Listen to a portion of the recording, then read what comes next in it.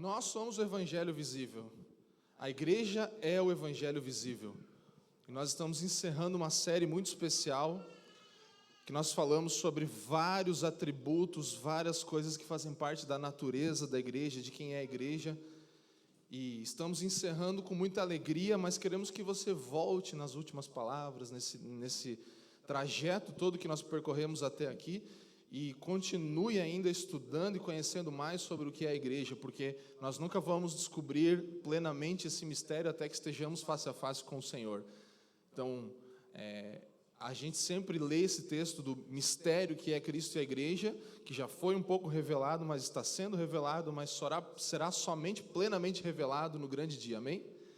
Então nós ainda vamos ter algumas coisas nessa manhã, a gente vai ter ceia, vai apresentar a criança, ainda vai ter algum roteiro aqui, é a nossa despedida de culto longo, né? Que a gente pode ainda ter um último culto aí extenso, porque depois vai dar uma enxugadinha um pouquinho.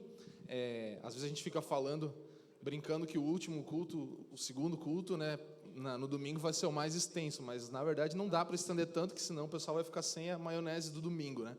Então a gente quer tentar fazer as duas reuniões mais sucintas, e isso é um desafio muito grande, né? É bem desafiador mesmo a gente trabalhar tudo isso. Mas então hoje tem ainda um pouco mais de paciência, porque nós vamos ter essas coisas que nós não teremos mais aos domingos, nós vamos retornar com o partir do pão, e ainda teremos 2 meses ainda de ceia no domingo, não como agora, todo domingo, mas ainda nesse domingo teremos isso, junto com a apresentação de crianças também, que mudaremos para o partir do pão.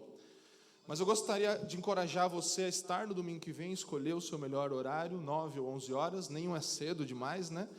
Um é bem tarde, o outro é um horário bom ainda, então dá para vir tranquilo, e nós possamos juntos aqui adorar o Senhor e termos esse tempo do que vamos falar hoje, encerrar essa série falando sobre esse nosso encontro tão especial que é o culto do domingo, o dia do Senhor. Hoje é o dia do Senhor, é o dia em que nós gastamos mais tempo diante dele, em que nós estamos juntos com a igreja, e eu gostaria que você realmente abrisse o seu coração para ouvir. A gente entregou uma folhinha, não sei alguém não tem essa folhinha, sobrou lá, será? Tem lá, gente, que alguém conseguiu ver? Felipe Lima, dá uma olhada lá para mim. Tem lá? Quem não tem a folhinha aí? Levanta a mão aí. Essa folhinha que a gente deu, alguém não tem? Levanta a mão bem alto, não? Ali atrás, ali, ó. Também. Só para a gente ter, porque essa folhinha é a nossa liturgia do culto, e a gente vai falar sobre isso hoje. Então, quem não tem e quiser acessar pelo celular também, pode colocar no link famíliadosquecreem.com.br/ordem do culto. Está nos nossos grupos aí também, então você pode ter eletronicamente esse papel também.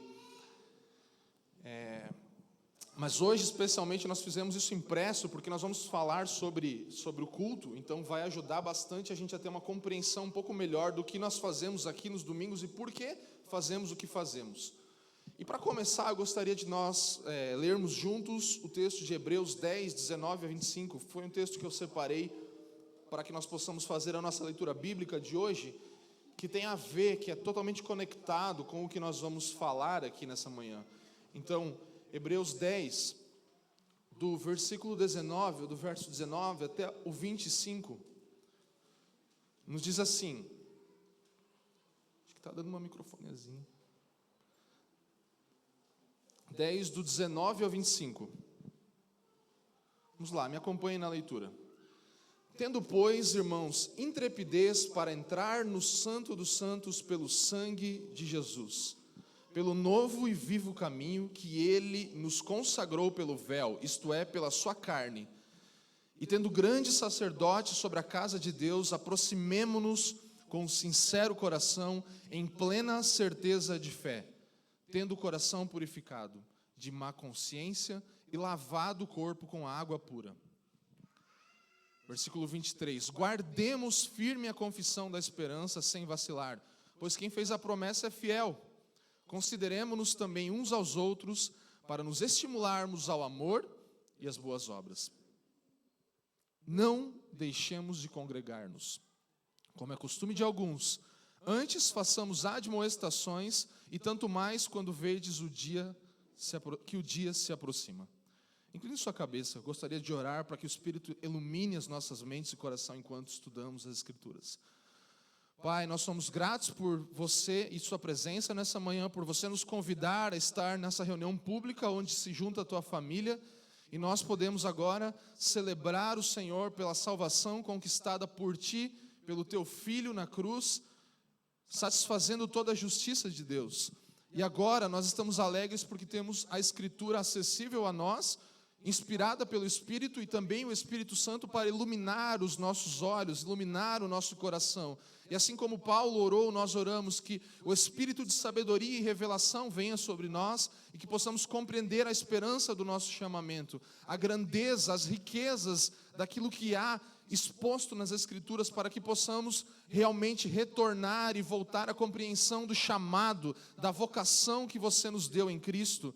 E assim glorifiquemos o teu nome com todas as boas obras e o proceder justo e digno e de acordo com o Evangelho, Pai. Nós te pedimos, Espírito Santo, ilumina-nos nessa manhã. Amém. Amém. Glória a Deus. Eu quero falar um pouco nessa manhã sobre o nosso culto. O tema dessa palavra, dessa manhã, é culto, a encenação da redenção. Então, nós estamos aqui todos os domingos, e isso também, de certa forma, acontece no nosso dia a dia, encenando a história da redenção. Então, estamos encenando a redenção. E mesmo que você talvez pense que não, você e eu, todos nós carregamos um pouco de ideias que nós, ao longo dos anos acumulamos sobre o que é adoração, sobre o que é um culto, sobre como nós devemos cultuar, sobre como tudo isso se parece. E quais os sentimentos que uma reunião pública em um tempo de adoração nos trazem também. E nós construímos esse conhecimento, esse entendimento ao longo dos anos, ao longo de décadas talvez da nossa vida, nos reunindo como igreja. E cada vez que nós nos reunimos como igreja em uma expressão diferente ou em uma realidade diferente, nós adicionamos algo a esse nosso conceito de adoração, de culto ao Senhor. Então, você pode falar talvez assim, eu não tenho uma teologia de culto, eu não tenho essa ideia do que é o culto, eu não tenho uma teologia da adoração. Mas todos nós temos, na verdade todo mundo tem uma teologia da adoração, ou seja, o que Deus pensa, ou o que você pensa que Deus pensa sobre a adoração, o que nós construímos sobre isso. E isso acontece porque todos nós somos pessoas formadas por hábitos. Então, todos nós somos pessoas formadas por hábitos. Eu deixei isso aí num dos slides e eu queria que você entendesse isso e isso ficasse na sua mente em tudo que nós falamos agora. Que nós somos pessoas formadas por hábitos. Nós somos pessoas que aquilo que nós fazemos todos os dias vai nos formando. E aquilo que nos forma e como nós somos formados é o que nós fazemos todos os dias. Então nós somos pessoas formadas por hábitos. Tem uma grande aí, deixa aí no fundo aí, quero que as pessoas compreendam isso, que a gente possa ver que nós somos pessoas formadas por hábitos. Tenha isso em mente, somos pessoas formadas por hábitos. Diga comigo, 1, 2, 3 e... Somos... Amém. Então, eu quero te fazer uma pergunta nessa manhã. E conforme eu vou fazendo, nós vamos acompanhando isso na projeção também. Por que você vem à igreja? Você já perguntou por que você vem à igreja para você mesmo? Pergunte para você mesmo, por que você vem à igreja? Qual é a razão de você vir à igreja, de você se congregar com outros irmãos num domingo de manhã? Por que você vem para cá? Você pode falar, eu venho para adorar o Senhor, eu venho para cultuar, eu venho para ter comunhão com a igreja. Mas o que eu quero que nós compreendamos nessa manhã é que adorar ao Senhor, cultuar a Ele, não é uma atividade, é uma identidade, é uma coisa que nós somos. Nós somos chamados a ser verdadeiros adoradores que o adorem em espírito e em verdade. Então, a razão de nós virmos para a igreja não é para o adorarmos, é para sermos adoradores que já somos no nosso dia a dia. Então, identidade não é, a adoração não é uma tarefa, uma função, é uma identidade que nós temos, nós somos adoradores. O Pai procura verdadeiros adoradores que o adorem em espírito e em verdade. Então Ele procura um tipo de pessoa, não uma coisa. Então nós não viemos nos domingos de manhã oferecer uma coisa ao Senhor, mas nós viemos oferecer quem somos a Ele, porque Ele nos resgatou e a graça dEle nos mudou e vai continuar mudando mais um pouquinho nesse domingo. Então, essa é a razão de nós virmos à igreja. algumas coisas começam a ser parte de um dia a dia ou de um semana após semana quando nós viemos à igreja. E a liturgia é uma delas. E eu não sei você, mas eu, por muitos anos da minha vida, quando falava essa palavra liturgia, eu me arrepiava. Porque eu fui luterano, né, quando era criança. E aí eu via aquela liturgia chata. E eu falava, meu Deus, cara, o que é isso? E daí depois a gente foi conhecendo o Senhor e tendo vivências e expressões de vida de igreja diferente que foram formando a nossa teologia da adoração, nossa compreensão do que é adoração. E eu não sei você, mas por muito tempo eu tive essa repulsa em relação à palavra liturgia. Liturgia, nossa, mas liturgia me lembra uma coisa ruim, me lembra uma coisa estranha e tal. Mas, basicamente, liturgia é um formato, é um jeito, é uma estrutura em que nós fazemos alguma coisa. Então, todos nós temos uma liturgia, e essa palavra agora está em alta de novo. A liturgia do ordinário, a liturgia do dia a dia, as coisas que nós fazemos todos os dias, somos formados por hábitos, e tudo isso é algo que nós temos falado muito nesse tempo. Então, eu queria que você tivesse uma compreensão que nós todos temos uma liturgia. Então, mesmo se você falar que não quer ter uma liturgia, você tem uma liturgia. Mesmo uma igreja que diz, nós não somos litúrgicos, nós não temos, nós não gostamos disso, nós queremos ser livres. Mesmo assim, você tem uma liturgia, você vai ter uma sequência de como as coisas acontecem. Então, a nossa vida, mesmo que nós não queiramos, tem. Os nossos cultos, mesmo que possamos dizer que não temos, nós temos uma sequência de coisas. Então, não tenha medo da palavra liturgia, mas compreenda que todos nós temos, toda a igreja local tem uma liturgia. A questão, e é o que nós vamos falar sobre hoje, é o que determina a nossa liturgia. O que faz com que a nossa liturgia seja como é. Dá uma olhada aí no seu papelzinho aí, você vai ver que tem uma sequência de coisas aí. Depois você vai olhar melhor para isso, mas você vai ver que tem muita coisa aí acontecendo. E por que nós fazemos o que fazemos? Esse é o ponto que nós queremos falar nessa manhã. Então, por que nós temos uma chamada adoração? Por que nós temos um tempo de canções? Por que nós temos uma confissão de pecados? Por que nós temos uma segurança do perdão pela Escritura? Por que nós temos um tempo de compartilhar a paz uns com os outros? Por que nós temos um tempo de ofertar? E por que nós lemos o Catecismo Nova Cidade? Por que nós temos uma palavra? E por que nós temos ceia? E por que nós oramos enviando e abençoando cada um de vocês para ir viver a semana, o dia a dia? E se você pensar no meio da igreja hoje, existem pelo menos algumas coisas que orientam a adoração da igreja. Uma delas é o mercado. É, como James Smith vai falar, a liturgia do shopping center. É buscar coisas, querer coisas e olhar para as coisas ao nosso redor desejando elas. Então, o mercado, a onda, o trending, o mainstream, essas coisas podem fazer com que a gente conduza o nosso culto também. São coisas que são seculares, secularizadas, coisas que estão no nosso século, nesse sentido de secular, então, no sentido deste mundo, e elas conduzem a nossa vida no dia a dia e podem também vir a conduzir, infelizmente, os nossos cultos.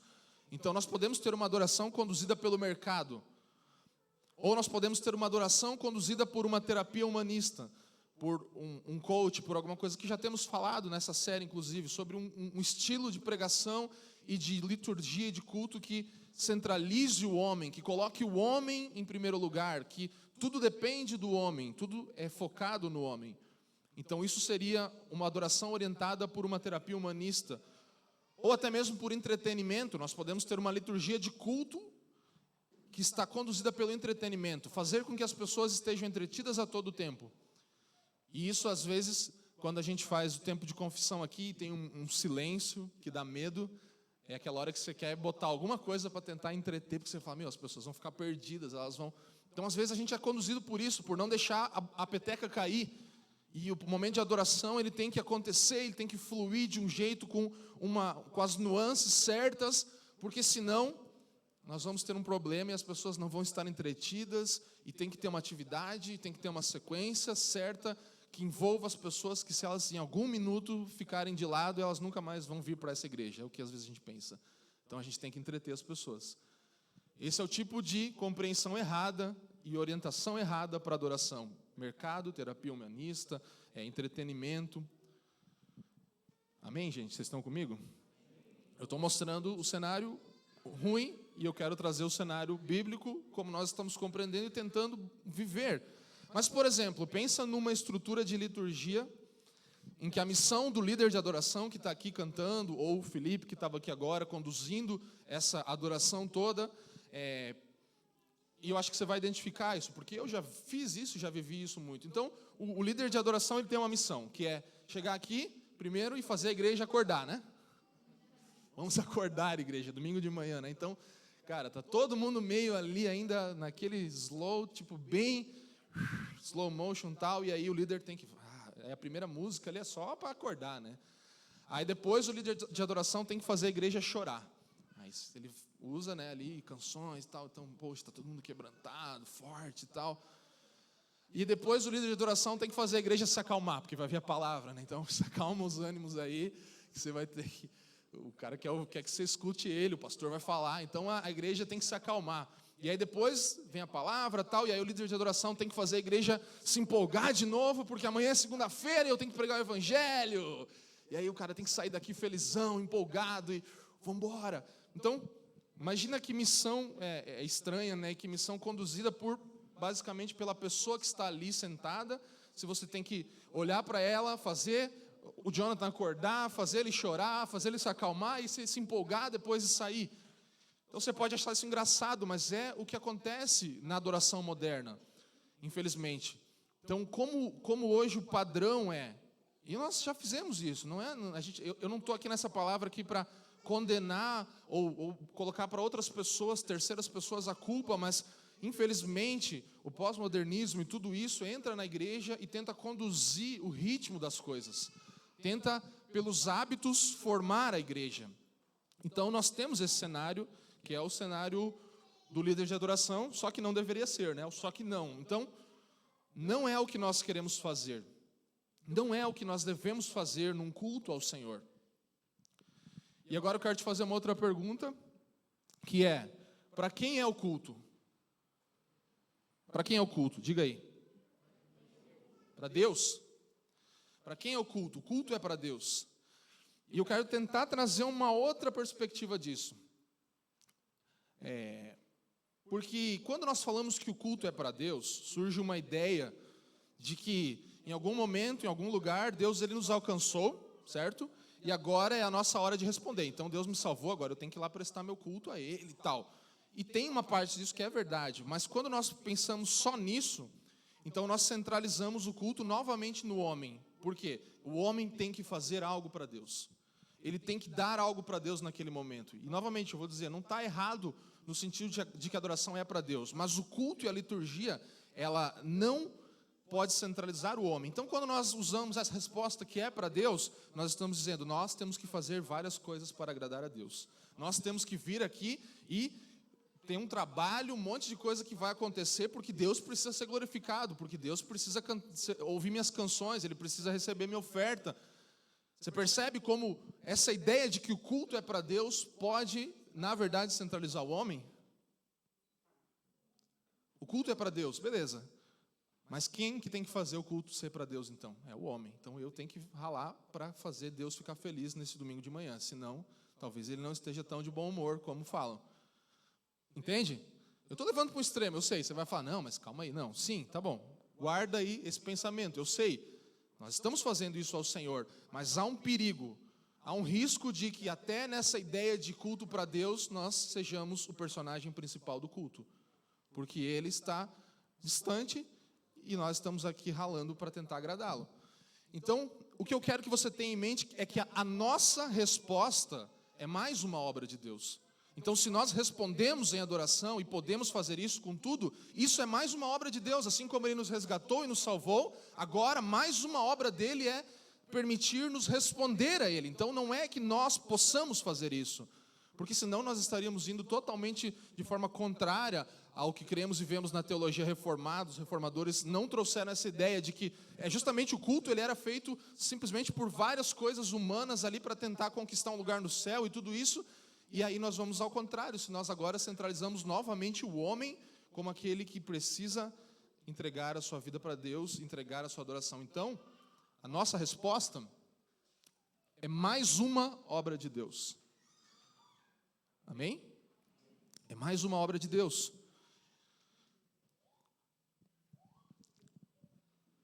Peter Leiter, ele vai falar o seguinte: o culto é para Deus. Então, dentro dessa ideia do culto é para Deus,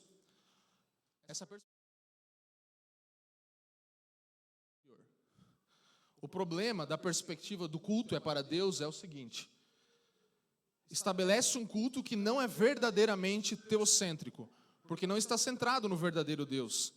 Esse tipo de culto vislumbra o Deus que adoramos como uma espécie de potentado oriental, sentado passivamente, entronizado, enquanto o seu povo, reunido, muito abaixo, procura desesperadamente agradá-lo. Deus é de fato um rei exaltado, mas a sua realeza não é deste mundo. Ele é levantado numa cruz, adornado com uma coroa de espinhos. Ele revela-se como rei, não por tomar nossos dons, mas por dar dons, por dar a si mesmo. Você entendeu?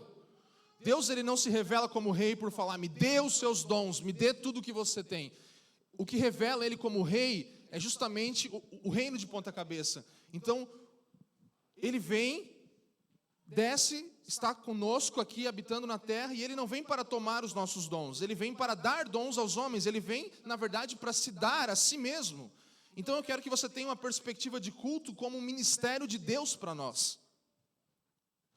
Você está me entendendo? O culto é um ministério de Deus para nós temos isso aí, o culto é um ministério de Deus para nós. Deus está nos servindo aqui. E aí você vai falar, não, mas então você está centralizando o homem também. Não, porque Deus é o autor disso. Ele é que fez isso e Ele nos convidou, lembra? Ele nos chamou para estar aqui. Nós não estamos falando de algo que nos centralize, de algo que nos transforme, da graça transformadora de Deus, dos meios de graça. A palavra, a oração, os sacramentos são os meios de graça, são as formas que Deus usa para transformar o homem, para mudar o nosso caráter. Então, o culto é o ministério de Deus para nós. Nós estamos aqui sendo transformados e sendo mudados por esses hábitos que estamos planejando e cumprindo dentro de uma liturgia. Lá no texto de Hebreus, que nós lemos, você vai ver isso de forma um pouco mais explícita. Ele dá várias instruções, o autor aqui, o pregador, ele vai trazer várias instruções. E primeiro ele fala assim, aproximemo-nos de Deus. Então vamos estar perto de Deus, vamos intencionalmente nos aproximar dele, porque ele nos permite, ele nos convida para isso. E isso é olhar para aquilo que Deus tem feito, isso é olhar para trás. Então, quando nós nos aproximamos de Deus, nós estamos olhando para a obra, olhando para aquilo que Ele fez por nós, porque só por isso nós podemos nos aproximar dEle. Então nós podemos entrar com intrepidez no Santo dos Santos por causa do sangue de Jesus, pelo novo vivo caminho que Ele conquistou por nós, pela sua carne, pelo véu sendo rasgado. E por isso agora nós podemos nos aproximar com um coração sincero, olhando para aquilo que foi feito, olhando para a obra e por causa da obra. E aí o autor vai falar, guardemos a confissão, guardemos firme a confissão de esperança. São vários verbos aqui que não são passivos, não são de passividade, mas de atividade. São coisas que devem nos levar a ter um ímpeto de fazermos. Então, guardar a confissão, termos constância no presente. Por isso, fazermos isso vez após vez, domingo após domingo, nos encontramos, guardando a nossa confissão, guardando aquilo que dizemos, aquilo que falamos, nós estamos guardando agora juntos como igreja. E ele vai continuar dizendo, consideremos-nos uns aos outros. Olhe um para o outro e considere o outro. E a ceia fala muito disso. Então, consideremos-nos uns aos outros. Olhemos para o nosso irmão, consideremos ele, estimulemos a ele para que ele também viva esse guardar a confissão, esse aproximar de Deus. E aí ele vai falar, não deixemos de congregar. Não deixemos de reunir-nos. Nós precisamos de persistência e regularidade. Por isso nós precisamos nos reunir, por isso nós não podemos estar online na igreja, nós precisamos de persistência e regularidade, congregar-nos juntos ao redor de Cristo, para que o próprio Pai, em mais uma de suas obras, assim como Ele nos salvou, agora também, através do culto, continue nos mudando, através dos meios de graça, através daquilo que Ele usa, que é do favor dEle, para nos transformar. E a outra afirmação, depois, do autor é: não deixemos de congregar, como alguns fazem, antes façamos admoestações. Práticas de esperança para o futuro, olhando para frente. Vamos nos admoestar e nos exortar uns aos outros. Então, cada parte de um culto é Deus e a igreja, através de Deus, admoestando você a olhar com esperança para o futuro. Então, uma liturgia de culto tem várias coisas aqui. E nós não vamos entrar tanto nesses textos, porque meu ímpeto, meu intento nessa manhã é que a gente possa pegar todos os pontos da nossa liturgia aqui e explicá-los e fazer você entender e ter clareza sobre por que fazemos o que fazemos. Então, nesse texto de Hebreus, nós temos alguns passos e algumas práticas de nos aproximarmos de Deus, olhando para o que Ele fez, guardar a confissão, ter constância no presente, considerar uns aos outros, não deixar de congregar e fazer admoestações. Olhar para frente com esperança, olhar para trás e ver a memória daquilo que está sendo construído. Sabe, nesse texto aqui a gente pode perceber uma ênfase da superioridade desse novo pacto, dessa aliança que Jesus fez, né? Que precisa ser celebrado e renovado. Precisa ser renovado. Nós precisamos manter a alegria da nossa salvação e nós não mantemos ela, nós não temos como manter. Por isso nós nos reunimos como igreja para que Deus, em sua graça, nos alcance, nos transforme e saiamos daqui renovados na nossa aliança que Ele fez conosco. Ele fez conosco uma aliança. E nós não podemos deixar de participar disso. Paulo está falando, não deixem de participar da renovação da aliança de vocês, desse pacto que Jesus conquistou. Sejam intencionais nessa prática, é o que Paulo está falando aqui. Paulo ou o autor, né? Estou falando Paulo, que pode ser Paulo, mas não pode ser não Paulo também. Mas sejam intencionais nessa prática. E não é de uma vez por todas. Não tem como isso acontecer, eu já sei, já entendi, já sei. Não deixem de congregar. Não de uma vez por todas, mas a cada dia do Senhor, até o dia do Senhor. Amém? Entendeu? A cada dia do Senhor nós fazemos isso até o dia do Senhor. A cada dia do Senhor, que é hoje é o dia do Senhor, segundo a tradição da igreja, segundo a história, e nós vamos fazer isso a cada dia do Senhor até o dia do Senhor. Não é uma coisa que acontece de uma vez por todas. E o autor aqui no versículo 14 vai falar lá sobre a santificação, sobre porque com uma única oferta aperfeiçoou para sempre quantos estão sendo santificados. Aqui é esses paradoxos, né? Por uma oferta ele aperfeiçoou para sempre aqueles que estão sendo santificados. Então, de uma vez por todas, nós temos um pacto com Deus, e Ele está nos aperfeiçoando a cada dia nesse pacto que já é 100% aperfeiçoado. Essa é a mistura do tempo eterno com o nosso tempo aqui, que é cronológico, que tem dias e horas. Então, sim, nós temos uma coisa conquistada de uma vez por todas, mas ela precisa ser renovada todas as vezes, até que esse de uma vez por todas, agora convirja com o nosso tempo, no grande dia do Senhor, mas até lá nós vamos ter pequenos dias do Senhor para renovar a nossa aliança. Por isso estamos aqui, amém? Isso te traz esperança e desejo de reunir com a igreja? É isso que precisamos ter, a gente precisa ter essa esperança e esse desejo de saber que a cada dia do Senhor nós estamos nos preparando para o dia do Senhor. E a minha pergunta é: quem fez o pacto? Agora vocês não vão responder, né? Porque eu falei culto é para Deus, daí vocês falam culto é para quem? Daí vocês, Deus, aí não. Agora, mas isso aqui não tem dúvida, né? Quem fez o pacto? Deus. Deus fez o pacto, amém? Ele é o autor do pacto. E isso faz com que ele tome um lugar, se ele é o autor do pacto, faz com que ele tome um lugar de preeminência, de primeiro lugar, de último lugar, de alfa e ômega, início e fim, e entre todas as coisas, porque ele é o autor do pacto. Ele enviou o seu filho, certo? A gente não orou e pediu, Jesus, tinha como você mandar seu filho aqui? Eu tinha uma ideia para ele morrer na cruz por mim e tal. Não. Adão não teve essa ideia, né? Não mandou um WhatsApp para Deus pedindo para mandar Jesus, porque estava dando ruim aqui. Não. Deus, ele faz o pacto. Então, Deus é central como objeto e sujeito do culto. Amém? Fale isso comigo. 1, 2, 3 e... Deus é central como objeto e sujeito do culto. Deus é central em todo culto, em toda a liturgia do culto, e nós vamos falar que culto não é só isso aqui também daqui a pouco, mas Ele é central. Ele é o objeto do culto e Ele é o sujeito do culto. Ele é aquele que faz e Ele é aquele que é adorado também no culto, claro. Então, por ser o autor do pacto, ele faz isso. E o Michael Horton, em um livro dele que fala sobre liturgia, eu esqueci de trazer os livros que eu queria indicar, porque tem vários livros legais aqui, se você quiser aprofundar nisso. Eu tenho gastado bastante tempo estudando a teologia da adoração, o culto, a história da igreja em relação a isso, e várias coisas, e eu posso depois até mandar no nosso grupo do WhatsApp, lá da família, mas Michael Horton, ele vai falar assim no livro Um Caminho Melhor.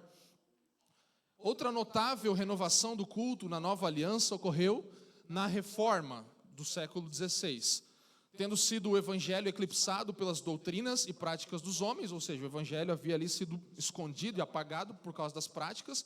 Os reformadores entenderam que o poder renovador estaria na pregação do evangelho. Então eles entenderam isso. E não somente na pregação do evangelho, mas na totalidade do culto. Por isso o culto sofreu muitas alterações no tempo da reforma. Então, o culto, eles reconheceram, não dizia respeito primariamente à ação humana. Não, mas deveria ser centrado na ação divina. Deus não é apenas central como objeto do culto, mas também sujeito. Um ator que reconstituiu a cada semana a reunião de estrangeiros e peregrinos como seu próprio povo redimido. Então Deus, ele é esse que é o objeto, mas também o sujeito, e ele reconstitui a ideia da igreja se reunir e não deixar de congregar, é isso, que nós possamos reconstituir. Por isso, o tema dessa palavra é a encenação da redenção. Nós estamos aqui encenando e ensaiando a cada dia do Senhor para o grande dia do Senhor. E também pelo dia que já ocorreu. Antes da fundação do mundo, quando o Cordeiro foi imolado, nós tivemos a nossa salvação comprada. E agora lembramos disso com esperança, com memória e gratidão pelo que aconteceu. E olhando para um futuro, para o que acontecerá. Renovando a cada dia, a cada semana o nosso pacto com o Senhor. Então é interessante olhar, pensar sempre, tentar compreender os tempos, né? Porque se você pensar no Antigo Testamento, eles olhavam para um sacrifício que viria. Então, olhavam para o sacrifício do cordeiro que viria. Todo cordeiro que era imolado era olhando para Jesus, o Cordeiro de Deus, que não tinha pecado. E depois, no tempo cronológico, quando acontece a morte no Calvário de Jesus na cruz, nós olhamos para trás, mas de certa forma, todos em todas as eras olhavam para um evento eterno, para uma coisa eterna. E agora nós também olhamos para uma coisa que é futura, mas que já aconteceu e que está acontecendo. Dá um nó, né? Mas é mais ou menos isso. E é difícil de compreender mesmo. Mas o que eu quero que nós tenhamos agora em nossa mente, e é importante para essa manhã, é que nós estamos aqui contando uma história. Amém? Nós estamos contando a grande história da redenção e contaremos ela até o grande dia. E por que nós temos a nossa liturgia? Porque estruturas contam histórias. Certo? Se você sabe um pouco sobre storytelling, sobre texto, escrever alguma coisa, você já escreveu, você sabe bem disso. Se você trabalha com alguma coisa nessa linha, você sabe que você precisa estruturar algo para contar uma história. Se você é um artista, se você é compositor, você sabe que você precisa de uma estrutura para contar uma história. E isso acontece na estrutura de várias coisas na igreja. A estrutura da arquitetura, inclusive, da igreja, conta uma história, aponta para Cristo, a cruz, o jeito que a igreja é construída, a liturgia, a adoração, os tabernáculos contam uma história com a sua estrutura, e eu não tenho tempo para entrar nisso, mas é muito interessante a gente estudar e perceber como as igrejas católicas reformadas depois, como os tabernáculos de Moisés, de Davi, funcionavam, e a sua estrutura contava uma história, tinha um objetivo, tinha um passo a passo, tinha uma ordem ali que contava uma história. Então toda a estrutura conta uma história. Toda a estrutura conta história.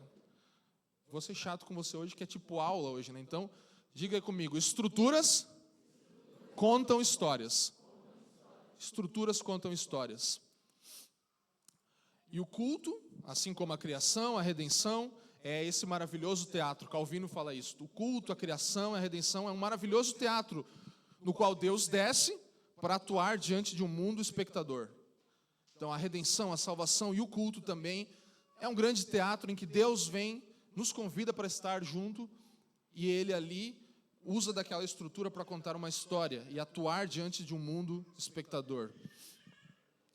Então a adoração a Deus começa com Deus. A adoração a Deus começa com Deus. A adoração sempre começa com Deus. Nós viemos aqui por causa dele. Nós estamos aqui por causa dele, por causa da atitude de Deus. Ele é o objeto e o sujeito do culto. E eu quero trazer uma estrutura rápida aqui de algo que Mike Cosper, no seu livro Ritmos da Graça, fala, que é o culto 1, 2, 3. E isso aqui é uma coisa que você vai conseguir compreender um pouco melhor. Então, dentro do culto 1, 2, 3, nós temos, em primeiro lugar, o número 1. Por que o número 1? Porque o culto tem um objeto e autor, que é Deus. Então, um objeto e autor. Como eu já falei, Deus está no centro de toda a nossa adoração. A adoração tem a ver com Deus, o culto tem a ver com Deus desde o início até o fim. Ele nos convida até Ele nos envia. Então, o culto tem um objeto e autor. Diga comigo, um objeto e autor. 2.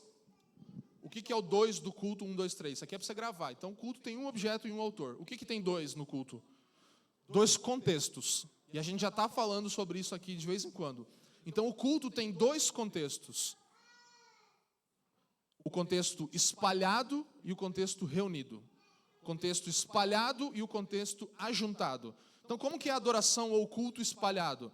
É quando um cristão aparece. Então, se você apareceu em um lugar, é o culto espalhado que você está cultuando a Deus em tudo que você faz. Porque quando um cristão aparece, Deus aparece. Amém, né?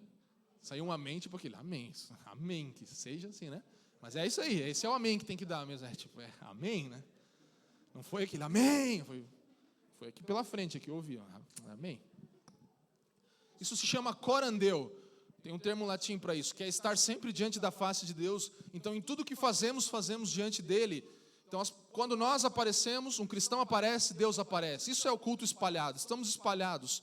E quando a igreja se reúne como hoje, ela é uma coleção, um ajuntamento de pessoas em que Deus habita. Então, são pequenos templos que se reúnem em uma estrutura física.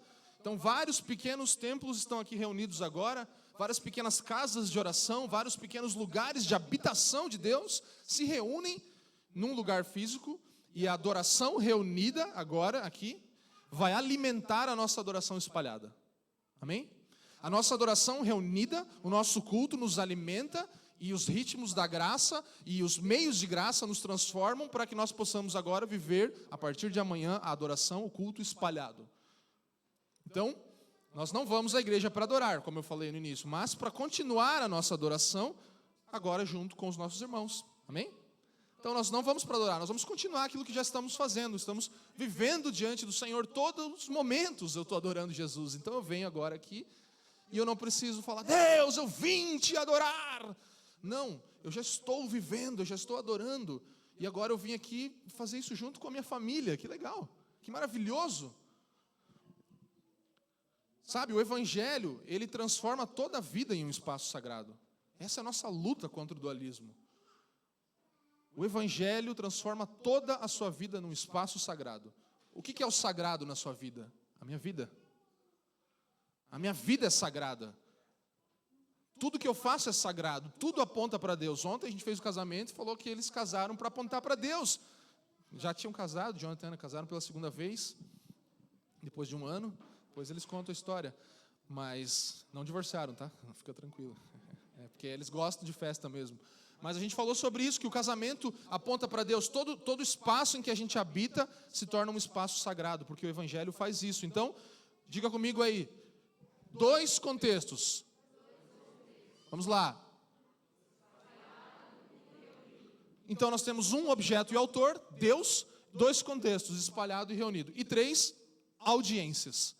Quem são as audiências do culto? Deus, a igreja e o mundo. São as audiências do culto. Então nós não precisamos chegar aqui e acertar a receita, né? De novo, falar, Deus, agora.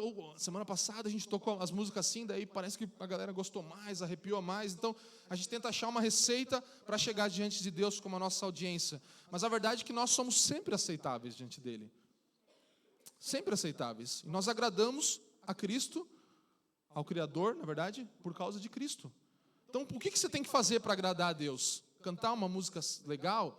Não, isso pode ajudar os irmãos, né? Fazer certinho, bonitinho, ensaiado, como a galera está fazendo, se esforçando. Sim, isso ajuda a gente a se conectar com Deus, porque não tem distração, né? Não tem erro tanto, então ajuda. Mas não é que a gente tem uma receita para acertar, porque nós somos aceitáveis diante de Deus já. Nós já somos aceitáveis. Não vai ter um processo aqui, não, que hoje Deus não recebeu. Como não, cara? Então o sacrifício de Cristo não valeu? Então o que Cristo fez foi em vão. Era o sacrifício de Jesus mais a música X. Aí daria certo, aí ele aceitaria. Tem que ser o fundo musical certo, né, para a crucificação, para a obra de Cristo. Não tem nada mais. Nós somos aceitáveis diante de Deus. Ele recebe a nossa adoração, espalhada e reunida. Por causa de nós? Não, nunca. Senão não tinha o que fazer para ele receber. Não ia ter receita que desse certo. Então Deus, ele é a nossa primeira audiência. A segunda é a igreja. Quando nós nos reunimos, nós cantamos para os outros. Nós vamos ter vários textos bíblicos falando isso, que nós cantamos responsivamente uns aos outros e declaramos as verdades do Evangelho uns aos outros. Então, quando eu estou cantando aqui, eu estou cantando para você e você para mim, e estou lendo um texto bíblico para você e você para mim, e a gente lê uma pergunta do catecismo e confessa a nossa fé para mim e para você, e nós vamos edificando mutuamente uns aos outros. Por isso a gente fala na ceia, abre os olhos e olha para quem está do seu lado. Não fecha os olhos e fica ali, Deus, tá. Tem um momento para isso? Tem, mas ele especialmente é na nossa casa. Esse é o momento em que nós estamos aqui agora e nós olhamos uns para os outros e declaramos as verdades do Evangelho uns para os outros com palavras, canções, textos bíblicos. Então, quando nós nos reunimos, nós fazemos isso. E a terceira audiência é o mundo. A adoração vai fazer com que as pessoas lá fora vejam a glória de Cristo em nós e sejam atraídas. 1 Coríntios 14, Paulo vai falar, né, dessa falsa dicotomia em dizer que agradar a Deus não se importar com os não cristãos. Então, eu vou agradar a Deus, vou orar em línguas aqui por 3 horas, não quero nem saber se o cara não vai entender nada. Não é o que Paulo está falando. Ele está falando, gente, não vamos entender que agradar a Deus é não se importar. Não importa o que vão pensar de mim, estou nem aí e tal. Lá na tua casa, tá bom? Você pode, mas aqui, nesse momento, a gente tem... E eu não estou falando contra os dons do Espírito, nós somos uma igreja continuista, acreditamos em todos os dons do Espírito atuando no meio da igreja, conforme Ele os dá. Mas Paulo tem uma instrução aqui que é, gente, não vem com essa de falar, não, que Deus moveu e tal, e não... Gente, não se contenha, segura, porque nós estamos diante de 3 audiências. Deus é a nossa audiência, a igreja é, mas o mundo também é. Possivelmente agora que tenha pessoas não convertidas no nosso meio. E esperamos que sim. E nós temos que pensar que a liturgia é para quem está aqui e para quem deveria estar aqui. Amém? Então, mas lá só vai crente e tal. Então, peraí, mas deveriam ter outros irmãos aqui. Então, o culto, ele é para quem está aqui e para quem deveria estar aqui. Deus está aqui, a igreja está aqui, o mundo está aqui e deveria estar aqui, se tornando igreja, adorando a Deus também. Então tem 3 audiências. Nós não precisamos adaptar a mensagem para cada audiência, mas todas elas precisam ver e ouvir o Evangelho sendo exibido e celebrado. Então não precisa adaptar para cada tipo de pessoa, para cada audiência, mas todas precisam ver e ouvir o Evangelho sendo exibido, sendo pregado, sendo cantado, sendo celebrado. Então esse é o culto 1, 2, 3. Legal, né? Gostaram? Culto 1, 2, 3. Vamos lá, vamos ler junto aí, ó. Vamos lá. O culto tem o quê? Um objeto e autor, que é Deus. O culto tem 2 contextos, espalhado e reunido. E tem 3 audiências, que são Deus, igreja e mundo. Amém. Nunca mais esqueça isso. 3 audiências no culto. E 2 contextos e um objeto e um autor. Então agora eu quero ir para a estrutura do culto propriamente dita aqui. Existe algo que na teologia e na eclesiologia se chama princípio regulador do culto. Nós não vamos falar sobre isso, mas você pode olhar isso. Então, basicamente tem 2 tipos de opiniões. Tem pessoas que falam que se a Bíblia não proíbe, nós podemos fazer.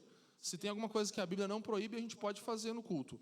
Agora, tem outro tipo de pensamento que é, se a Bíblia não prescreve, se a Bíblia não diz que deve ter no culto, nós não podemos fazer essas coisas. Então, existem pessoas muito radicais, igrejas muito radicais, que, por exemplo, não podem ter avisos no culto, porque a Bíblia em nenhum momento falou que tivesse um aviso no culto. Então, tem várias coisas que não pode ter, é verdade. Né? Agora, a gente precisa chegar num lugar coerente em relação a essas coisas aqui, obviamente, e obviamente que a gente não pode fazer alguma coisa que a Bíblia proíba, né, num culto. Então, nós não vamos fazer isso. Por isso, nós cuidamos com distrações, com algumas coisas e tal, que nunca teremos num culto como o nosso. Então, por exemplo, por que não tem um ministério de dança na família dos que creem? Porque nós acreditamos que a dança, o balé, outros tipos de dança, ritmos, podem adorar ao Senhor, assim como o teatro, assim como várias outras coisas culturais, mas nós não percebemos um espaço aqui. Isso não quer dizer que nunca possamos ter alguma mostra sobre isso, alguma coisa assim, mas algumas coisas podem mais distrair do que trazer alguma coisa que some nessa liturgia do culto. Então, não vou entrar nisso, mas eu queria que você pensasse, e talvez você não tenha ouvido falar desse termo, do princípio regulador do culto, mas nós queremos falar um pouco sobre os elementos do culto conforme nós estamos aplicando na nossa igreja local, que é uma restauração, como eu falei, da reforma. Então, quais são os elementos do culto? Os elementos do culto são adoração, confissão e contrição, segurança do perdão, a paz, ações de graças e petições, instrução, comunhão, envio e bênção. Essa é a estrutura de um culto. E eu não vou ter tempo de falar historicamente disso aqui, mas é algo que historicamente vem se desenvolvendo e nós vemos, e você vai ter alguns textos bíblicos que eu vou citar já, nessa estrutura. E nós não temos algum culto exatamente nessa estrutura na Bíblia, é verdade, mas nós temos todas essas coisas como partes que a Bíblia deixa muito claro que havia quando a igreja se reunia, todas essas coisas. Então, nós temos tudo isso descrito como a reunião da igreja. E nós vamos respeitar sempre, em primeiro lugar, as Escrituras, certo? A Escritura é a nossa ordem principal. Mas a história da igreja, e a igreja como se desenvolveu até aqui, também tem o seu valor. Então nós não podemos desprezar esse desenvolvimento da noiva de Cristo também, sendo que, obviamente, nada pode ferir as Escrituras. Então, essa aqui é uma estrutura básica de tudo que um culto deve ter. E nós vamos falar sobre como nós fazemos essa estrutura funcionar num culto. Como nós temos isso aqui na nossa família de fé acontecendo domingo após domingo, para que você possa ter uma compreensão melhor. Então temos adoração, confissão e contrição, segurança do perdão, a paz, ações de graça e petição, instrução, comunhão, envio e bênção. Percebe que tem uma estrutura de uma história que acontece aqui? Capítulos que vão se completando e seguindo um ao outro. E você vai entender isso ainda melhor daqui a pouquinho. Bryan Chapell, ele fala assim no livro dele, que é o Christ-Centered Worship. Só tem em inglês, mas é um livro muito bom. Ele fala assim, a liturgia conta uma história. Nós proclamamos o evangelho pela maneira como adoramos. Então, como nós adoramos a Jesus, é como nós proclamamos o evangelho. Por isso, muitas vezes, nós proclamamos o evangelho do jeito errado. Né? A gente vai nas coisas que as pessoas precisam, né? Deus pode mudar a sua vida. A gente não vai assim, Deus te criou e Ele te convidou para ser parte de uma família. Esse é o primeiro capítulo do Evangelho. Porque você está perdido, você não tem como alcançar Deus. Então, você percebe como a adoração é formativa, ela forma o nosso pensamento, ela forma como a gente vai viver o Evangelho lá fora. Por isso que a gente precisa de uma liturgia saudável. Então, na verdade, Bryan Chapell vai falar, adorar com esses aspectos é uma forma importante de uma igreja manter a fidelidade ao Evangelho. Você quer manter uma fidelidade ao Evangelho? Porque nós, família dos que creem, queremos. Por isso nós estamos fazendo isso. Nós temos uma estrutura de culto que se mantém fiel ao Evangelho. Qual é o nosso compromisso? Se nós estamos aqui como pregadores, como arautos de uma mensagem, o nosso compromisso é com essa mensagem. A mensagem do Evangelho. Vamos colocar aquele slide da metanarrativa que a gente coloca em todo início de culto, e eu falei sobre isso em umas 2 palavras aqui que tem no YouTube. Então, isso aqui é como a gente experimenta o Evangelho. A cada semana nós revivemos essa história, cada domingo. Criação, Deus é santo. Queda, nós caímos, nós somos pecadores. Redenção, Jesus nos salva. Consumação, Jesus nos envia. Então é uma timeline, é uma linha do tempo de coisas que aconteceram na história, de coisas que aconteceram no Evangelho, e essa timeline determina as ações da nossa liturgia. Então, criação, queda, redenção e consumação. Deus é santo, nós somos pecadores, Jesus nos salva e Jesus nos envia. Essa é a sequência de coisas que nós fazemos e agora nós vamos desdobrar elas aqui um pouco melhor. Então, preste atenção nessa figura aqui que você vai conseguir entender. Como que a gente experimenta o Evangelho? A dinâmica de experimentar o Evangelho e como que a gente lembra isso na história e como isso se demonstra no culto, uma ação na nossa liturgia. Então vamos lá. Primeira coisa, no Evangelho, Deus é santo. Esse é o início do Evangelho. Isso se demonstra pela criação. Ele cria todas as coisas conforme a sua vontade e para a sua glória. Amém? Como que isso se demonstra na liturgia? Através da adoração. Nós estamos confessando que Ele é santo, que Ele criou todas as coisas perfeitas, que Ele fez tudo isso, que Ele é o que starta o culto, que Ele é o que starta a criação, que Ele é o santo, Ele é o centro, Ele é o início, alfa, ômega. Então assim se expressa a adoração na história, assim se expressa a história no Evangelho, e o Evangelho é que dita todas essas coisas. Deus é santo. Vamos lá. Nós somos pecadores. O Evangelho diz que nós somos pecadores, certo? Deus é santo e nós? Certo. Como que nós vemos isso na história? Através da queda. Então tá claro, né? Todos caíram, todos pecaram e carecem da glória de Deus. Como que nós mostramos essa coisa na nossa liturgia? Através da confissão e do lamento. Nós, diante do Senhor, juntos confessamos que nós somos pecadores, não conseguimos agradá-lo. E nós nos lamentamos por isso. E se a história terminasse aqui, a gente podia ir para casa chorando, né?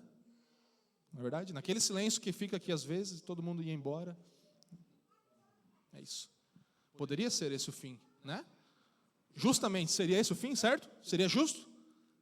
Seria justo. Seria justo. Mas nós temos o Evangelho dizendo que Jesus nos... Graças a Deus por Cristo. Na história nós vemos isso através da redenção. E na liturgia do culto, isso se expressa através da segurança do perdão que nós declaramos, os textos bíblicos que lemos aqui toda vez, a paz sendo compartilhada uns com os outros, é uma demonstração da redenção e um fruto da redenção, a gratidão, as nossas ofertas, nós não estamos pagando para que Jesus nos abençoe, não estamos investindo em um mercado para que amanhã talvez suba aquilo que eu botei aqui hoje, não. Nós estamos sendo gratos e também estamos oferecendo petições, porque agora temos acesso a Deus através de Cristo e também estamos recebendo instrução, porque agora podemos ouvir, nossos ouvidos agora estão abertos. Agora nós podemos ouvir a instrução do Evangelho. E depois nós temos Jesus nos envia. Isso é o que o Evangelho diz, Jesus nos envia. Isso é demonstrado com o fim da consumação. Nós vamos ser enviados até que chegue o grande dia e tudo seja consumado. E como isso se demonstra na liturgia? Através da comunhão, da Santa Ceia, através do envio. Nós somos enviados aqui e abençoados através da bênção. Então o nosso quadro completo, bonitinho, ficaria assim, ó. Evangelho diz o quê? Que Deus é santo, que nós somos pecadores, que Jesus nos salva e que Jesus nos envia. Tudo certo? Amém? Amém ou não amém, gente? O que a história diz? Que houve... Vai.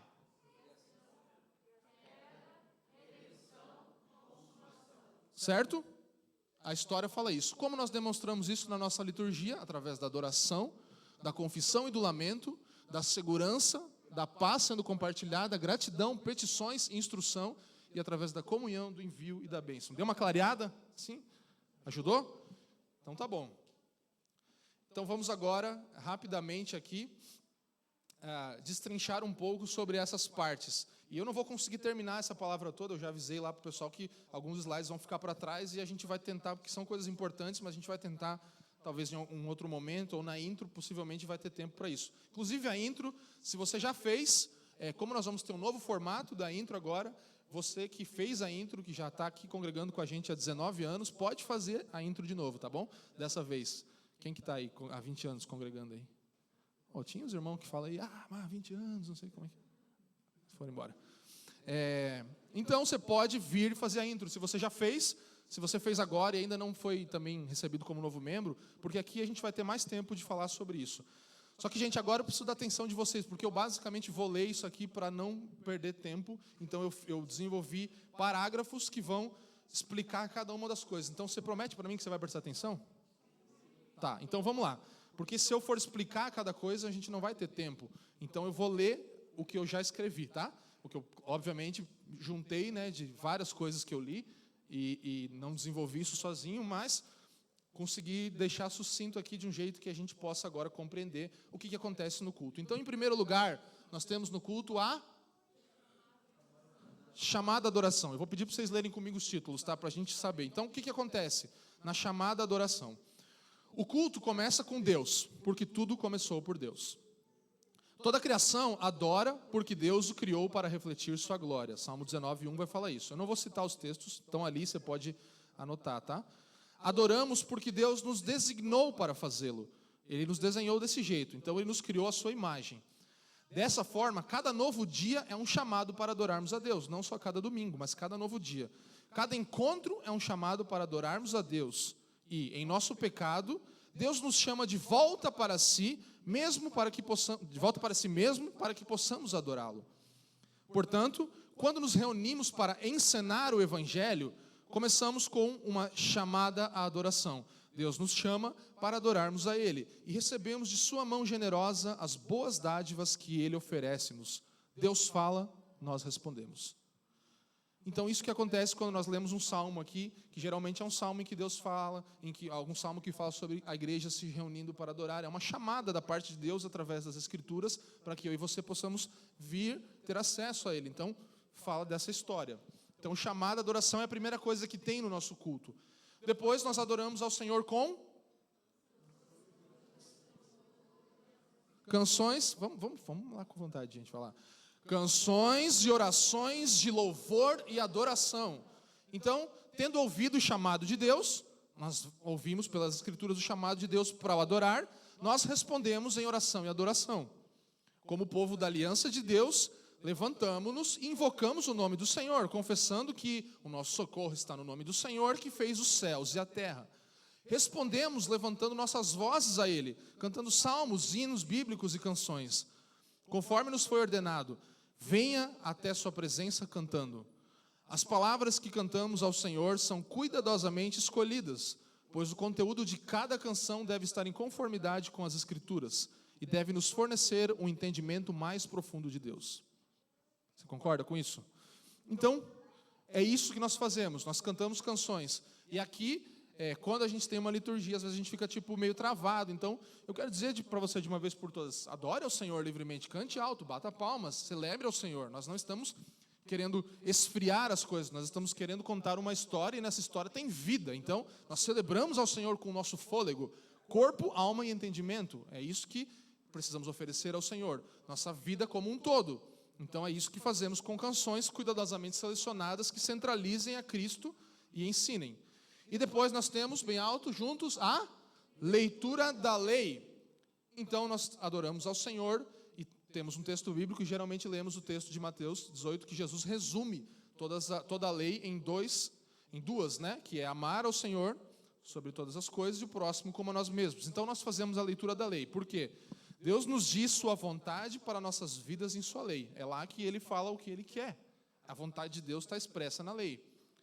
Isso é, nos mandamentos das Escrituras. A lei de Deus nos diz claramente como devemos viver e o que Deus espera de nós. Então, o que Deus espera de nós?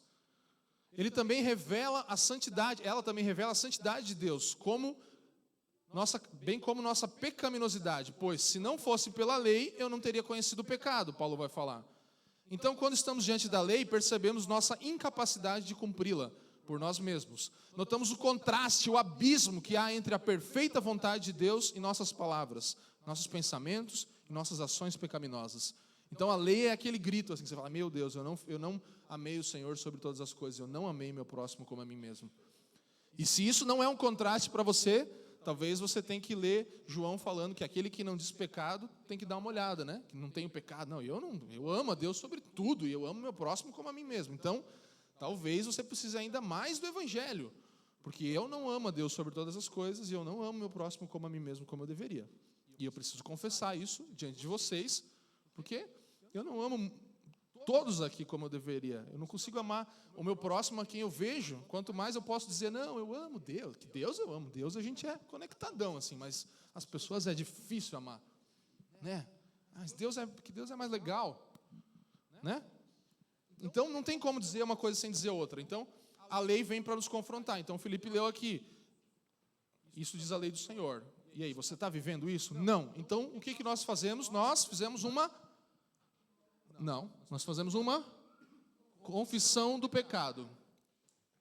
Nós fizemos uma confissão do pecado. Então, à medida que nós entramos na luz da presença de Deus, nós tornamos-nos cada vez mais conscientes da escuridão do nosso pecado, certo? Aí você vai vendo que realmente você está num lugar escuro. E uma resposta apropriada para isso não seria autopiedade, nem autoaversão, nem fuga. Seria confissão. Essa é a resposta. Então, mas é que o meu passado, você não sabe, que é minha esposa, né? Meu marido. Ou não, é verdade, eu me odeio, eu sou um lixo, eu sou uma droga. Vou escutar uma música triste aqui, vou ficar em depressão. Ou não, esquece, vamos curtir a vida, esquece, foge. Não, isso aí a gente vê depois. Não, você confessa. Essa é a atitude esperada daquele que recebe o Evangelho. Eu vou confessar ao Senhor isso. Então, tendo ouvido Deus falar conosco na sua lei, nós somos levados a confessar os nossos pecados. Em primeiro lugar, nós fazemos isso publicamente e corporativamente, em uníssono, confessando a Deus como um povo. Então, por isso nós fazemos isso lendo todo mundo junto, porque nós como povo pecamos, certo? Nós como povo de Deus estamos pecando. E depois nós fazemos o quê? Nós vamos e fazemos isso silenciosamente em contrição e lamento, confessando nossos próprios pecados individuais. E aí nós temos esse tempo. Então, o que a gente está buscando fazer aqui na liturgia do culto, na confissão? Sempre tem orações diferentes. Desde que nós começamos isso há alguns meses, nenhuma oração se repetiu. Porque, obviamente, nós não queremos que isso aqui seja uma reza, certo? Obviamente, nós não queremos isso. Porque daí você não vai mais... é automático, aí você já não tem mais nada. E é o que acontece. Por isso a gente tem medo da liturgia. Porque daí você vai falar, daqui a pouco está ali, Senhor, me perdoa, como eu, tal. E aí se torna uma coisa litúrgica fria e morta, mas não é isso. Nós estamos buscando ter textos bíblicos que falam da segurança do perdão, sempre um novo texto. Nós vamos mudar essa dinâmica daqui a pouco. Já temos, às vezes, algumas canções que são cantadas que são de confissão.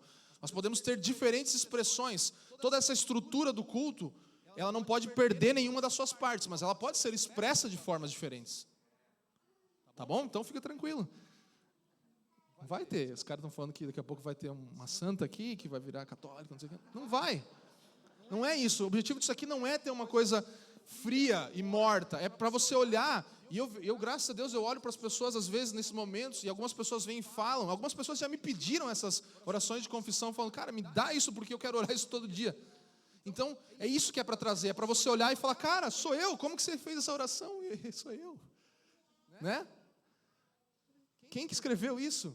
Porque a gente se identifica como um povo com os nossos pecados também. Nós erramos juntos e precisamos confessar. Então, nós vamos mudando isso para que não fique uma liturgia morta, mas para que você, com o seu entendimento, também faça isso. Não de forma só a repetir coisas. Então, depois da confissão do pecado, nós temos a... Vamos lá, mais forte. 1, 2, 3 e... declaração e segurança do perdão. Então nós fazemos isso intencionalmente, porque tendo confessado os nossos pecados a Deus, ouvimos o anúncio alegre da sua promessa, a partir de algum dos muitos textos bíblicos que nos garantem que, vamos lá, vamos ler junto. Se confessarmos os nossos pecados, Ele é fiel e justo para nos perdoar os pecados e nos purificar de toda injustiça. Como embaixador de Cristo, o ministro que está aqui declara o perdão a todos os que confiam em Cristo e se arrependem de seus pecados. A confissão saudável é dirigida a Deus e baseada no entendimento de que, se confessarmos, temos a certeza de que Cristo nos perdoou, ou seja, a certeza de que Cristo nos perdoou nos aguarda no próximo capítulo. Então nós fazemos isso já sabendo, né? Vou confessar que eu já sei que graças a Deus Ele me perdoou. Então a verdadeira confissão nunca ocorre sem a garantia de que Cristo nos perdoará os pecados. E nos perdoou os pecados. Então a verdadeira confissão não é para constrangimento nem para nada disso, é para certeza, e ela sempre vem acompanhada disso, do perdão. E depois nós temos algumas vezes uma canção, e não precisa ler isso comigo, que eu só botei aqui para para complementar, porque às vezes a gente faz isso. Então, às vezes nós cantamos uma canção. Não, na verdade, sempre. Essa aqui está sempre. Então, vamos lá. Canção de louvor e transição. Então, cantamos uma canção que nos fala da alegria da redenção, da segurança do Filho de Deus, no Filho de Deus, da paz que nos alcançou, ou algo que nos faça olhar para o novo cenário com alegria. Graças a Deus por Jesus Cristo. A gente sempre fala isso, né? Graças a Deus por Jesus Cristo. Podemos também cantar em preparação para a refeição que Deus está prestes a nos dar, como alimento para nossas almas, na pregação da sua palavra. Podemos cantar outro salmo ou hino, essencialmente dizendo ao Senhor: a tua palavra é lâmpada para os meus pés e luz para o meu caminho. Então aqui também podemos mudar e mudaremos essa dinâmica. Agora nós estamos fazendo algo mais bem certinho, porque a gente quer ensinar. Lembra que a gente é formado por quê? Por hábitos. Então nós estamos trabalhando com hábitos, mas nós podemos mudar, podemos ler um salmo, podemos cantar menos canções em um dia, mais canções no outro. Podemos ter dinâmicas aqui, desde que elas não roubem a estrutura do evangelho sendo anunciado no culto. É isso que precisa ficar intacto, a estrutura do evangelho no culto. E a próxima ação é a paz sendo compartilhada. Então leia comigo: a paz sendo compartilhada. Então hoje o Felipe deixou a galera sentada, mas geralmente a gente fica em pé nessa hora ainda, e a gente sai e cumprimenta os outros, e daqui a pouco a gente vai poder dar abraço e tal, vai ser mais legal, né? Mas a gente ainda está meio não podendo fazer muita coisa. Então, aqui a gente aprende a colocar em prática horizontalmente. Sabe como que é horizontal, né? É assim, ó. Horizontalmente, o que nós aprendemos de Deus verticalmente. Voltando-nos uns para os outros para oferecer a paz que nos foi dada em Cristo. Na igreja primitiva, eles faziam isso saudando-se uns aos outros com o ósculo ou beijo santo. Mas calma, não vamos fazer isso, não, fica tranquilo. Às vezes a gente faz, né? Mas a gente não está focado aqui no princípio. No princípio nós estamos focados, mas não na prática em si. Então não precisa sair beijando todo mundo. Mas nós queremos mostrar que somos uma família calorosa e acolhedora, abraçando cada um em Cristo. É um momento doce, não um momento difícil. Não é um momento, meu Deus, de novo esse negócio. Não, é um momento de compartilhar, de doçura, de nós darmos uns aos outros a paz do Senhor e compartilharmos a paz. E também não é hora de nos distrairmos ou nos desviarmos com conversas e brincadeiras. Essa é mais uma profunda realidade do Evangelho. Compartilhemos a paz que recebemos em Cristo. Então nós compartilhamos aquilo que recebemos. Como Paulo fala, aquilo que eu recebi do Senhor eu também compartilho com vocês. E a paz sendo compartilhada numa liturgia de culto serve para esse fim. Então não é hora de falar dos gols da rodada, nem dá tempo, né? Mas chegar ali e ficar, não sei o quê, né? Beleza. Não, compartilha de verdade, intencionalmente a paz de Cristo. O que nos leva para o nosso próximo passo, que são as contribuições. Vamos lá, preste atenção em mim novamente. Quase que eu fui estalar o dedo assim, mas não precisa, né? Contribuições. Nós damos porque Deus primeiro nos deu o seu Filho. Glória a Deus. O Evangelho nos ensina que dar é um privilégio para o qual somos convidados. Algo que somos livres para fazer, porque não somos mais escravos do dinheiro, né? Semana que vem a gente começa uma série sobre ídolos do coração. A fábrica de ídolos, nosso coração. E a gente vai falar sobre o dinheiro. Então, isso aqui é aquele amém que falaram aqui na frente. Amém, né? É aquele amém que assim seja mesmo, né? Então, nós não somos mais escravos do dinheiro. Jesus, ele com intenção de que nós conhecêssemos tal liberdade, ele fala muitas vezes de dinheiro. Em Mateus 6:21 ele fala: onde estiver o teu tesouro, aí estará também o teu coração. Portanto, dar é uma oportunidade de fazer do que é eterno o tesouro do nosso coração. Então, toda vez que você dá, você fala: esse não é o meu tesouro é eterno. Não é o dinheiro o meu tesouro é eterno. Meu tesouro é poder dar, porque esse é o meu tesouro. Portanto, dar é uma oportunidade de fazer do que é eterno tesouro do nosso coração. Então, respondemos à graça de Deus com nossa oferta monetária, que é para o avanço do Evangelho no mundo e a formação de discípulos. Esse é o objetivo do dinheiro na igreja. Fazemos isso como um ato de adoração, de forma que cada um contribua segundo tiver proposto no coração, não com tristeza ou necessidade, porque Deus ama quem dá com alegria. Amém? Presta atenção aqui em mim, gente. Não desvie sua atenção. Pare de conversar. Você que está conversando, a gente está indo para o final. Então, nós precisamos compreender isso, que a o ato de darmos ao Senhor, de doarmos das nossas finanças, é trabalhar o nosso coração para também que isso se torne adoração. O dinheiro também não seja o primeiro lugar na nossa vida e nós possamos direcionar como adoração ao Senhor, de acordo com como tivermos proposto no nosso coração. E não é para comprar nada, mas é para demonstrar gratidão. Amém? Depois temos uma oração pastoral, em que o ministro ora em nome da congregação, como Felipe fez, trazendo o fruto de lábios que confessam o seu nome, conforme Hebreus vai falar, bem como uma intercessão pela igreja e pelo mundo. Isso pode ser concluído com a congregação orando junto à oração do Senhor, por exemplo. Podemos orar o Pai Nosso juntos, é uma opção. E depois temos a nossa confissão de fé. Fala comigo aí. Confissão de fé. Então nós declaramos juntos uma sessão do catecismo, que agora é a Nova Cidade. Pode ser o catecismo de Heidelberg, de Westminster, pode ser o credo dos apóstolos, pode ser o credo niceno, pode ser outras opções. Mas por que nós fazemos isso? Não apenas para ser instruídos na fé cristã, mas também como uma oração a Deus, na qual declaramos que estamos unidos na verdade que Ele revelou, não só a nós como igreja, mas a toda a igreja na história. Então nós nos unimos nessa hora, confessando a nossa fé com a igreja, com a catolicidade da igreja, como o Leandro falou aqui, com a universalidade da igreja, a igreja universal. Nós nos reconhecemos que somos parte dela, e isso também é uma oração. Então, os credos e confissões e catecismo resumem de forma bela essa verdade que está sendo revelada, essa compreensão revelada através dos textos históricos também. E depois nós vamos para a leitura bíblica e oração por iluminação, que é o que eu acabei de fazer quando eu li o texto de Hebreus. Então nós lemos o texto e oramos: Senhor, nos dá espírito de sabedoria e revelação, no pleno conhecimento. Nós ouvimos o Senhor enquanto a sua palavra é lida. Então toda vez que nós vamos falar, agora nós vamos ler o texto bíblico, você está ouvindo o Senhor. A leitura bíblica, pública da Escritura é algo que a Bíblia ensina a fazer, e é também um ato de adoração. Nós vamos invocar o Senhor novamente, pedindo que Ele nos dê esse espírito de sabedoria e revelação todas as vezes que lermos as Escrituras. Então, partimos para o momento que estamos agora, que é a, vamos lá? Proclamação da palavra. Deus continua a falar enquanto a sua palavra é explanada e proclamada através de um sermão. Venha comigo aí.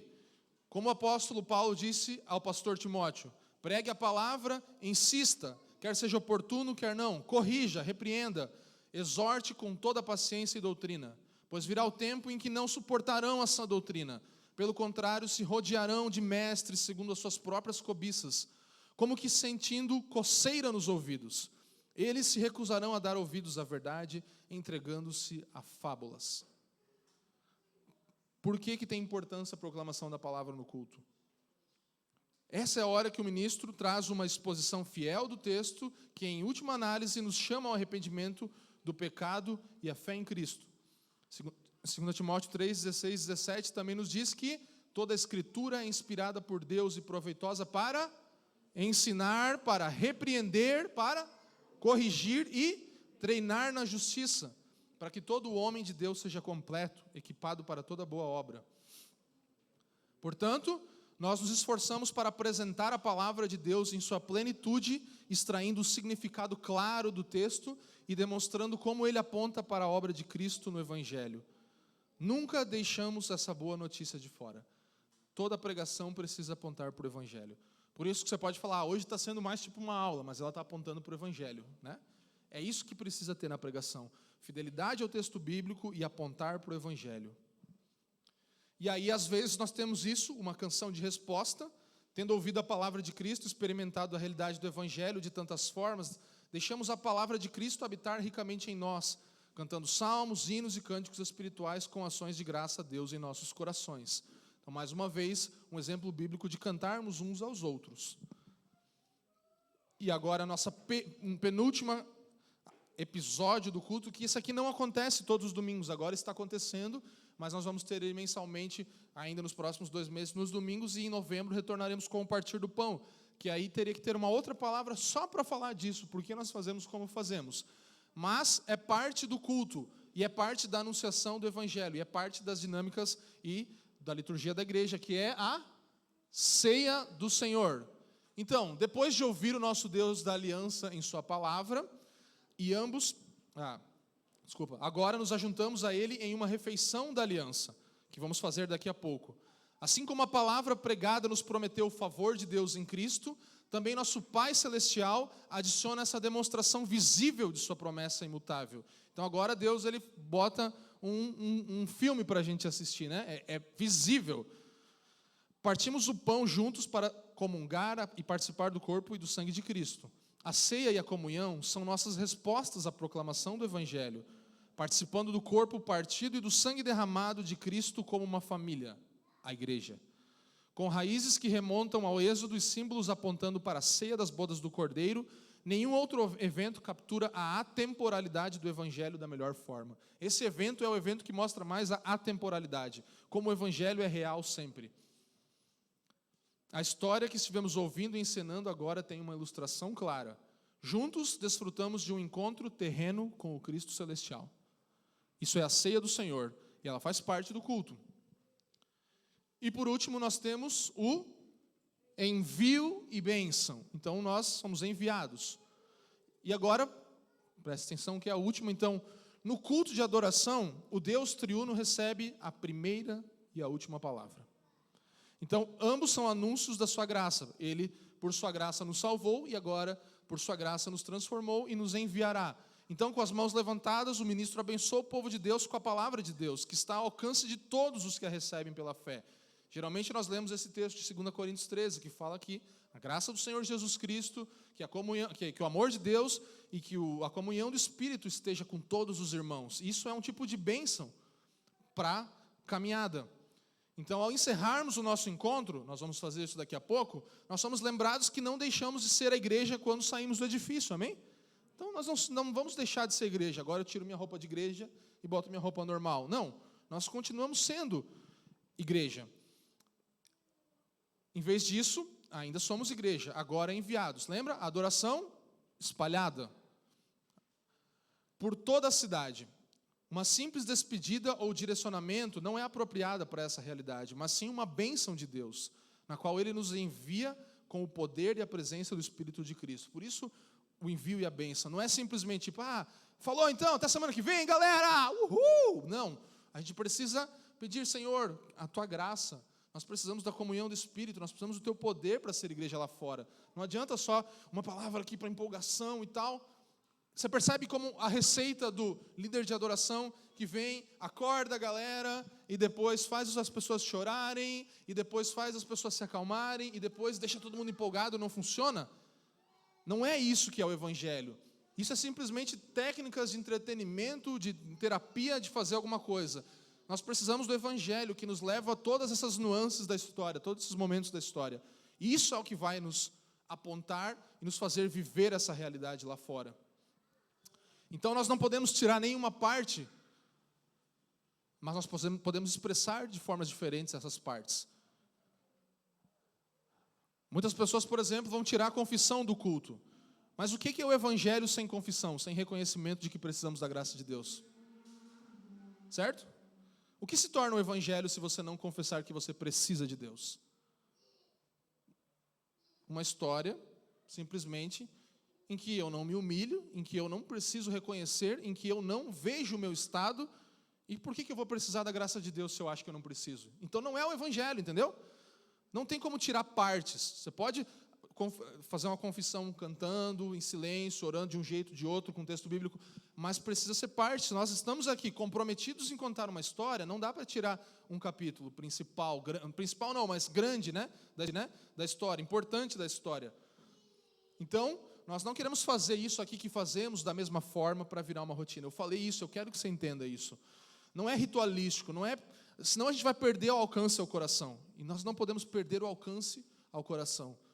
Mas eu sou alcançado com tudo que nós fazemos aqui. Eu espero que você também, e nós vamos trabalhar essa dinâmica sem tirar esses capítulos para que o culto seja, sim, dinâmico, mas ele seja instrutivo, ele seja formativo. Nós estamos sendo formados contando a história e estamos anunciando essa história.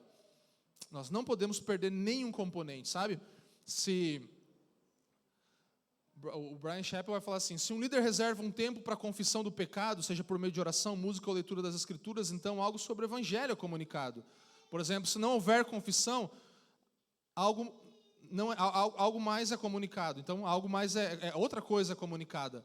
Mesmo que a mensagem transmitida possa não ter sido intencional. Então, eu não tenho confissão porque eu esqueci. Mas você pode comunicar outra coisa para um não crente, por exemplo. Ele vai ver uma coisa, cara, por que eles estão orando? Lembra das audiências? Deus, a igreja e o mundo. Então, você está comunicando para um não cristão, falando isso. Nossa, ele está reconhecendo que ele é pecador. Nunca parei para pensar que eu sou pecador. Eu nunca fiz isso na minha vida. E aí você está anunciando o evangelho.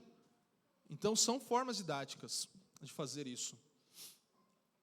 E nossa última citação, Peter Leiter vai falar assim, o culto do dia do Senhor é a ação de Deus, certo? Ação de Deus. Ele nos chama à sua presença, declara os nossos pecados perdoados, fala a sua palavra de conforto, repreensão e encorajamento, alimenta-nos à sua mesa e envia-nos de volta ao mundo.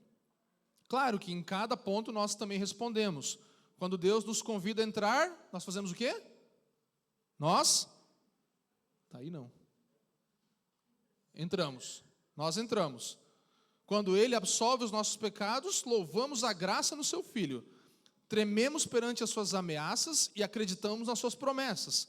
Comemos e bebemos o Seu banquete e quando Ele nos envia, nós vamos. Mas essas são respostas e dependem do trabalho do Espírito. Então nada dessas respostas vão ser dadas se o Espírito não nos der a capacidade e nos puder dar as respostas pelos meios de graça que nos transformam. Então, tenha isso em mente. Estruturas contam histórias. Estruturas contam histórias. Nós estamos ensinando a redenção aqui a cada dia do Senhor até o dia do Senhor. Sabe, o que nos move a planejar uma liturgia? O que você pensa, por que é do jeito que é? Eu gosto de tal canção, eu não gosto.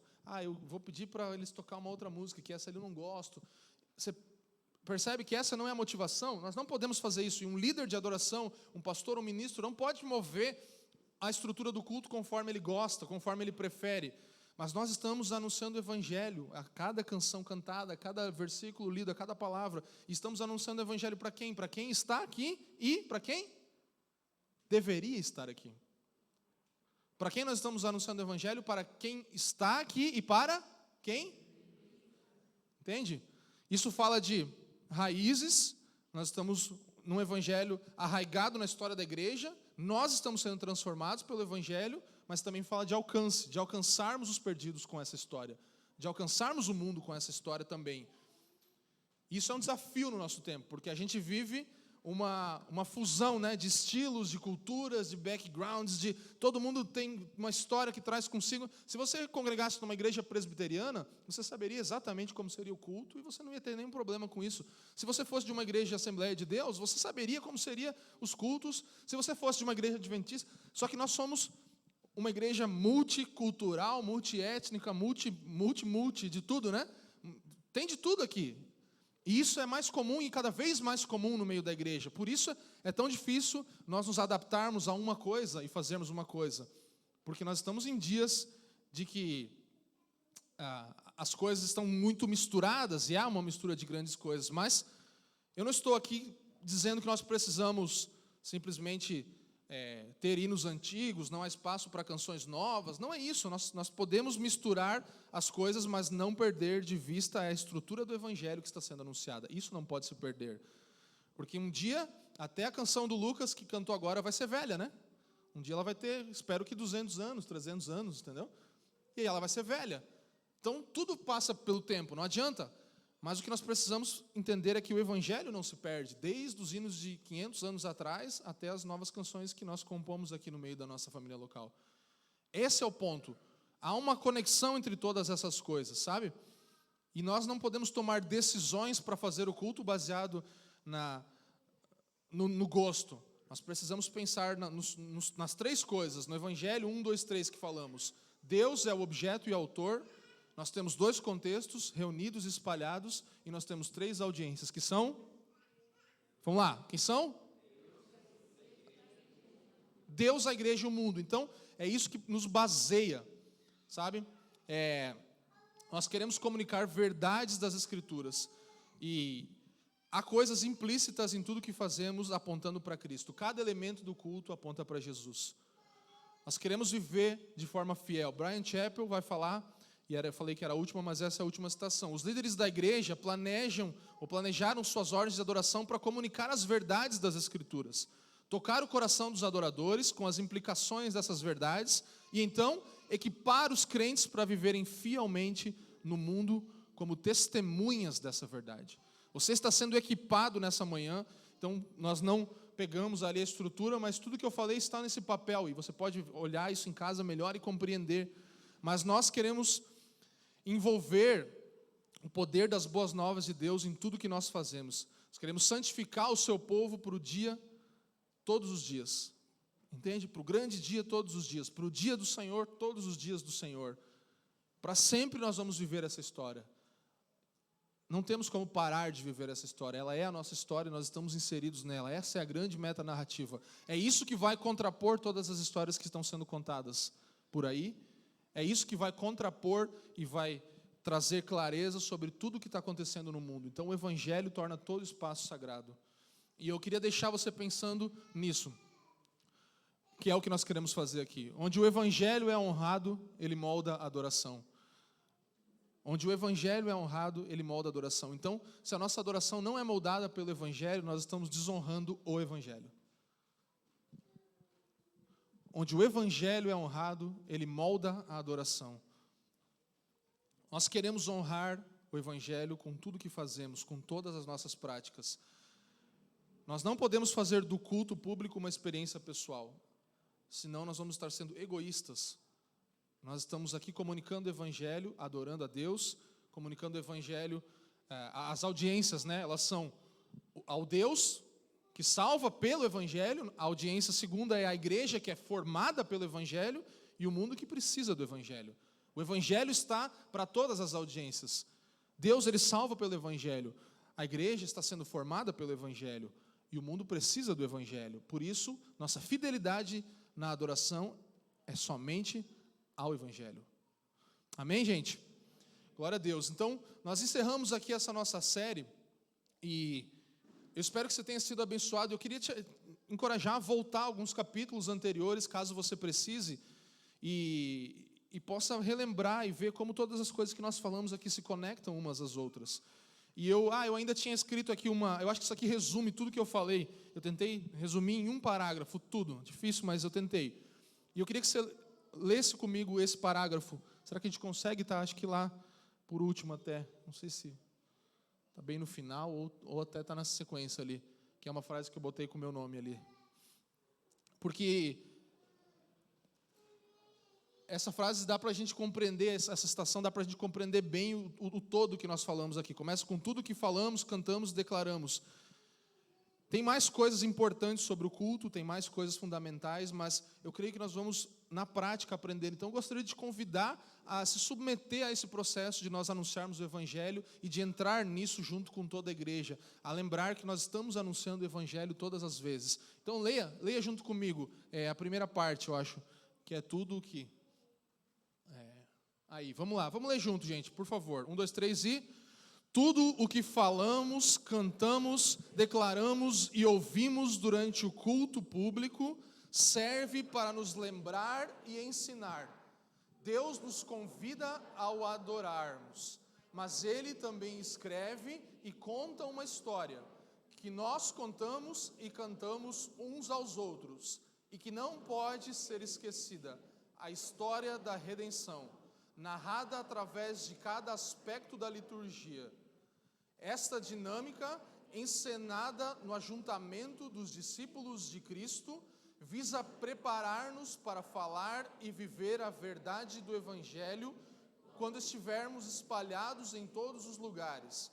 Dessa forma, jamais esqueceremos o que o Deus triuno fez, está fazendo e fará para renovar a criação e formar um povo santo para si. O culto cristão tem 3 audiências: o Deus que salva pelo Evangelho, a igreja formada pelo Evangelho e o mundo que precisa do Evangelho. Amém? Glória a Deus. Então, que possamos deixar isso entrar dentro dos nossos corações e viver essa verdade.